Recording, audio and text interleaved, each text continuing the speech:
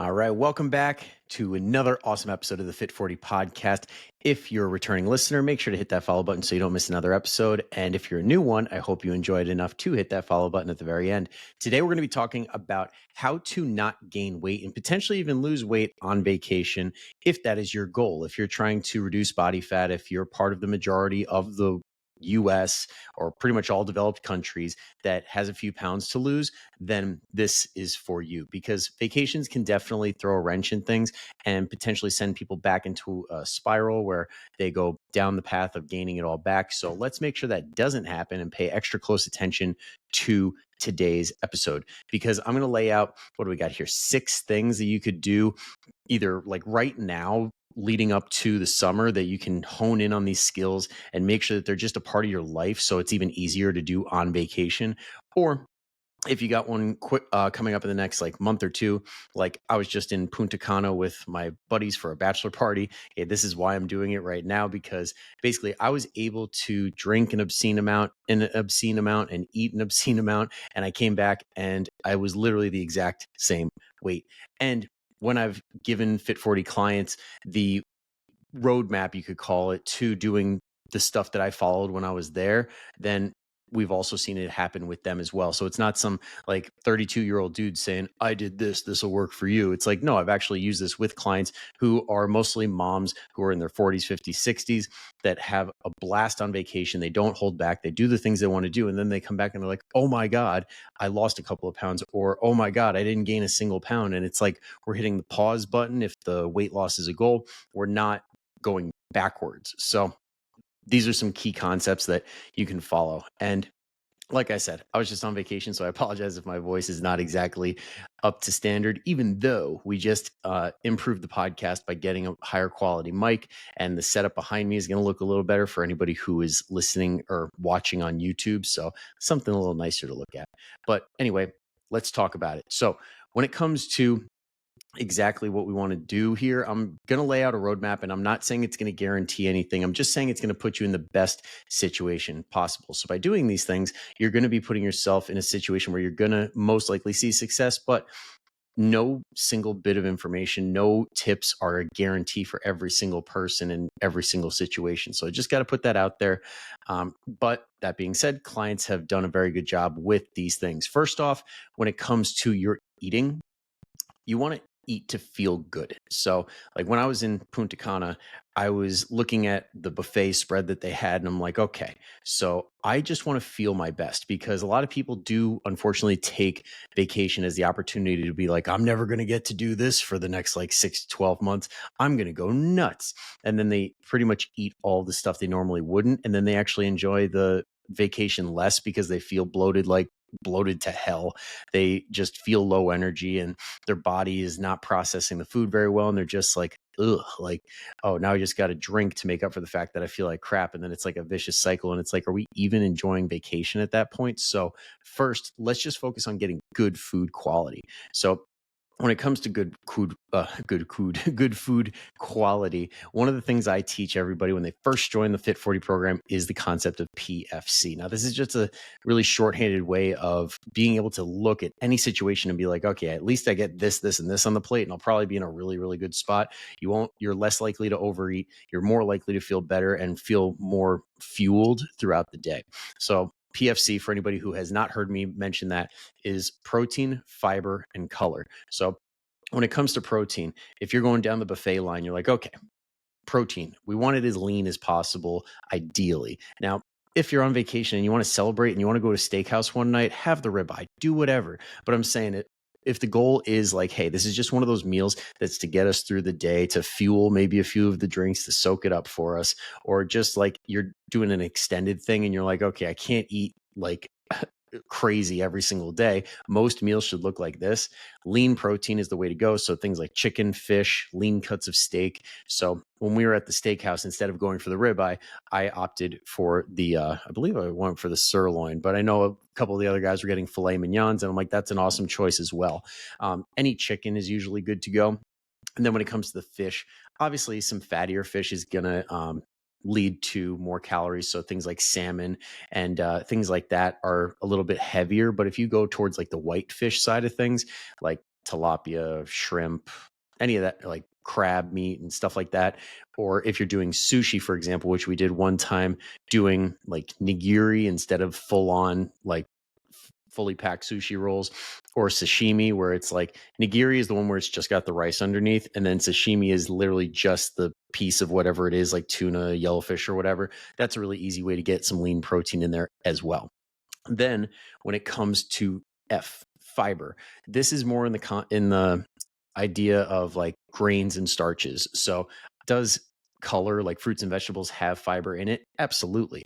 But if we could get a double whammy where we're focusing on the things that are not fruit and veggie that have fiber in it, and we're getting extra fiber, that for most people is a very, very good thing. So when it comes to these, it's like breads, pastas, things like that. Now, if you're in Italy and they ask you, do you want regular pasta? Ignore this advice. Get the freaking pasta. Like if you're in Rome, when in Rome, do as the Romans do. Like, don't take this as like gospel where it's like this has to be for every single meal. No, it just should be for most of them that don't really matter. Like mostly for like breakfast and lunch, if we're being honest, because dinner, you're usually at some place nice or something like that. So follow this for the majority of meals. So if you can, like if you're getting a sandwich during the day, like we had a buffet style where it had a bunch of deli meats and stuff. And I'm like, okay, this will be solid. This has some salt. This has protein here. This is probably going to do me very well in this moment. And then I saw the breads and I'm like, okay. So we got the regular white bread, and then there were a bunch of darker looking breads. And I'm like, the darker is usually the way to go because those are the artisanal breads, the whole grain breads, things like that. And they usually end up filling us up a lot more and feeling better. So that's a really simple way to do it. And then if there's gluten-free options, that they're usually rice, cauliflower, or any of like trying to think. Those are the two big ones, but there's other ones too, like almond flour based stuff, and that can typically have more fiber than say white bread, for example. So if you have a gluten-free option for these fiber sources, then or these bread sources, then I would go with that. And like gluten-free pizza, if it's like, hey, you're just scratching the itch, you're like, I want pizza, but I don't want to go nuts, or we're hitting a better pizza place later in the week, then get like a gluten-free cauliflower crust, and that can be a good one as well. Uh, and then last but not least is color. Just get some fruits or veggies in. And it's usually not too hard, especially on in a vacation setup, being that meals are being prepared. So just find something that has vegetables in them and focus on that. And then on top of all of this, make sure that the food looks like it's actually quality, because there were a couple times I looked over and, like, for example, in the airport, there was a Subway that had roast beef and it had a tinge of green. And I'm like, okay, that's no bueno. So let's go the other direction. Okay. So if you see anything that's a little iffy, even though it follows the PFC, ignore it and just go for something that you're like, okay, I won't get sick on this. I know that sounds really like common knowledge, but when you operate with food rules, sometimes the lines get a little blurry and you catch yourself sacrificing. So don't fall into that trap. Just let it be your guide and then make really smart decisions around that. And then another thing too is to have a meal structure. This is one of those things, like when people go on vacation, they're like, oh my God, I lost weight on vacation. It must be that our food supply is so horrible. It's like, no, there, a lot of the stuff that I'm about to go over in this next three section is the actual reason for that. One of them being meal structure. Okay, you're not sitting at your work desk with a bunch of nuts or candies or snacks, and you're not at home sitting on the couch watching TV with a bag of chips in your hand. Like, you are actually saying, okay, what are we going to have for breakfast? What are we going to have for lunch? What are we going to have for dinner? Because we don't want to always be looking for food. We want to do other fun stuff. We want to go swim with the dolphins. We want to go to this thing or that thing. So we need to figure out what these meals are. So having a meal structure can help a ton. Figure out what that breakfast is. Figure out what you're going to do for lunch. Pick a restaurant to go to for dinner and have that preset, and you should feel a lot better because then you have some time to digest your food throughout the day, and all good stuff when it comes to having some sort of a structure in the day.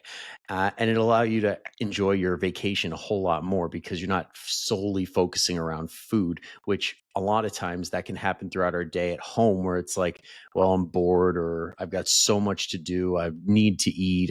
And it takes a lot of the focus away from that. So have that breakfast, lunch, dinner. And then next is sleep. Okay, this is a big one because a lot of people can actually get this thing called a vacation flu, where it's like they're so pent up, they're so stressed out beyond belief. And then they go on vacation and they come down and it's like everything hits them and they're like, oh my God, I feel like crap because all of that had just hit them and their immune system is just like, Jesus, I'm like not used to this. And when it comes to the sleep aspect, this is one of those things that people don't understand how important it is because you can go on vacation and then you finally get that first good night's sleep and it just smacks you across the face and you're like, just want to sleep this entire time.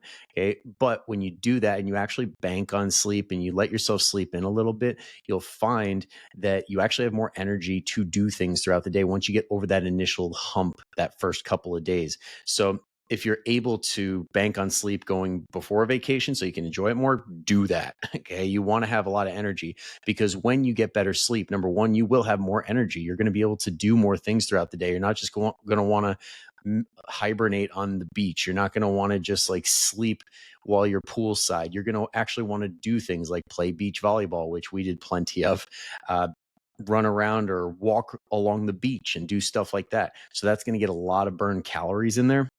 And on top of that, when you sleep better, you're able to make better, more sound food decisions. And when you're able to do that, it keeps the calories in check. So you're not falling into the trap of, I'm going to go crazy on vacation and eat as many calories as I possibly can because I'll never do this again. Okay. Instead, you're like, man, I feel pretty good on that last meal. I didn't really need that much and I feel pretty solid. So why do I need to go nuts anymore? Okay. So that's another thing that can help too. And then next up is activity. Like I just said, it could lead into moving more. So if you can, while you're on vacation or whatever, take advantage of the physical stuff. Like obviously the food is awesome. Like let's take advantage of that too. But when it comes to the activity part of it, if you're in a really cool scenic part of the world, go for a long walk, check it out, look at the sights. And that's an easy one. Or another one, when we're on the beach, we played volleyball, like play a ton of volleyball and you're just focused on the fun aspect. And then once you are done, you're like, whoa, that was a lot of activity. But at the end of the day, it's going to help and it's going to feed into a more positive experience on vacation because you're staying active. You're not just filling yourself up with food and laying around and doing nothing and feeling like a slob the whole time. I'm looking for a better word. And honestly, if that's your prerogative, go for it. It just really comes down to enjoying the vacation the way that you want to. And I know feeling better and feeling more energized is usually what leads to people having the best experiences on vacation because they don't have to miss out on anything. So other things that included in activity are like golf. So we went for a quick 9 holes of golf and that was a fun time. And then swimming. If you're in the pool, if you're in the ocean, go for it. Just do some laps or swim up to the pool bar and earn that drink. No, I'm just kidding. You don't have to earn food or drink, but you get what I'm saying. Like make it more active. And that's another thing too. A lot of us don't realize when we're at home, a lot of the stuff is brought to us through Amazon, through DoorDash, through all this stuff. And then when you're on vacation, it's like you have to walk to the buffet. You have to go up to the pool bar. You don't just have the waiter on you 24/7, unless you do have a waiter, which is awesome. But for a lot of people, they don't realize all that micro activity throughout the day. It really does add up. And this gets into our next point, which is steps. There was a day where we did the golf. We went to a club that night and then what else did we do? There was and we played the beach volleyball. And that day racked up 30,000 steps. I'm like, I have never hit 30,000 steps in my life in a single day. But here we are getting all these steps in and everything. And the next day I'm like, I feel like I got a good workout in the next day. And then I was actually noticing I was recovering day to day because we did do a fair bit of drinking and I was handling it really well. And I'm like, what's going on here? Like I'm 32. This should be like where it all goes downhill, but I was holding on no problem. And I got to believe there's some sort of physical aspect to that where it's like when you do these things, it filters through your body a little bit better. You are in a better situation and all that. Now, am I saying get yourself to this condition so you could drink like crazy? No, I'm not saying that. I'm just saying that usually good things happen when we take good care of ourselves. beforehand and during. And so when we talk about steps, to bring it back, when it comes to steps, some of the easiest ways to rack them up are: number one, dancing. I can tell you, these hips did not lie on vacation. There was a lot of dancing. There's also the beach. Like, if you want to go take a walk and just kind of like take in the sights, or like people watch, that's always fun with sunglasses on, seeing how other people operate, especially if you're in an international location. Sometimes it can be very interesting.